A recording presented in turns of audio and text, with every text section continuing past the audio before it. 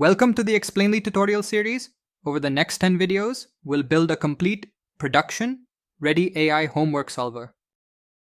If you're new here, we're building Explainly, an AI-powered homework app built with Flutter that can solve assignments from a single photo. Simply capture or upload an image of your homework and Gemini generates accurate step-by-step solutions. In this series, we'll show you exactly how we're building it from scratch. If you'd like to explore the code, check out the links in the description for the complete source code. You can also download and test the app yourself using the App Store or Google Play Store links below. In this first episode, we're going to set up our project, install our core foundation, and wire up the basic navigation skeleton.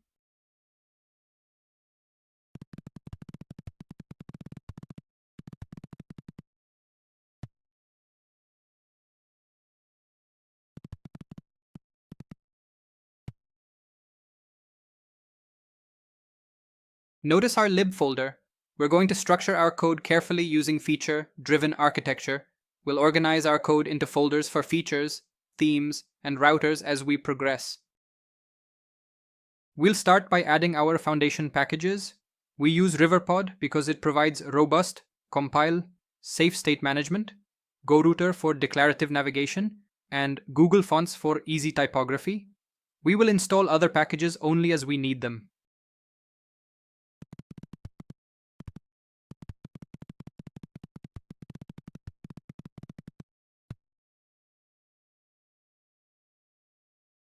Let's clear out the default test file since we'll be changing our app structure.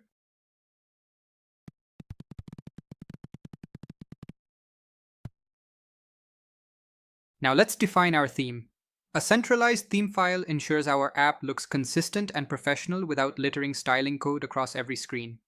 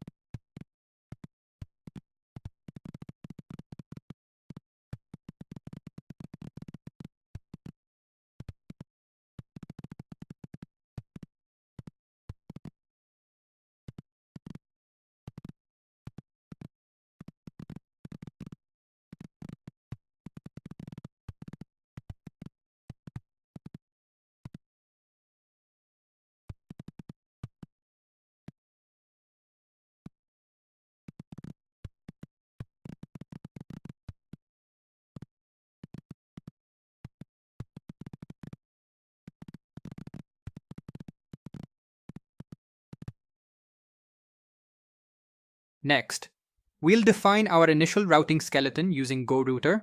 We'll use a simple inline placeholder screen for now to keep our project clean until we actually build the UI in the next module.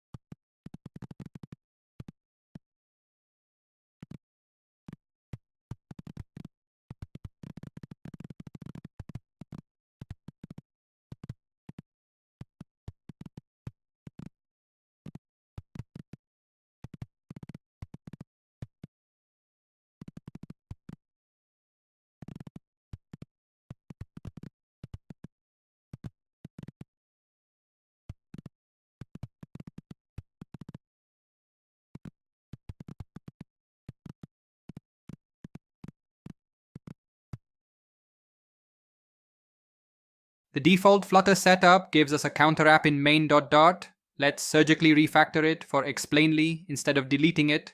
First, we'll add our riverpod, routing, and theme imports at the top.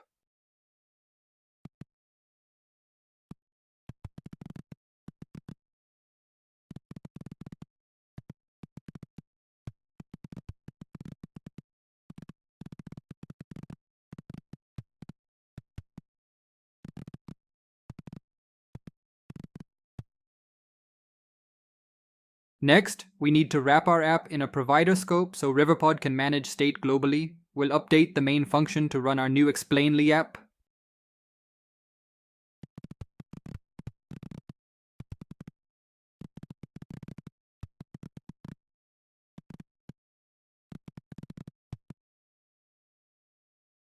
Now we'll inject our custom explainly app widget right below the main function. We can safely ignore the old default myapp and counter widgets at the bottom of the file since they are no longer being used.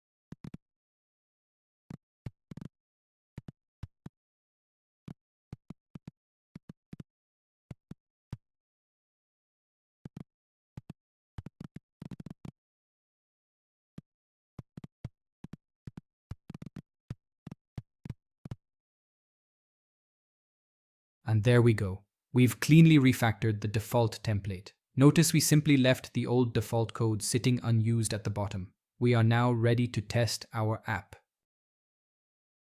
I have an Android emulator already created. Now we need to run command flutter run to test our app on the emulator.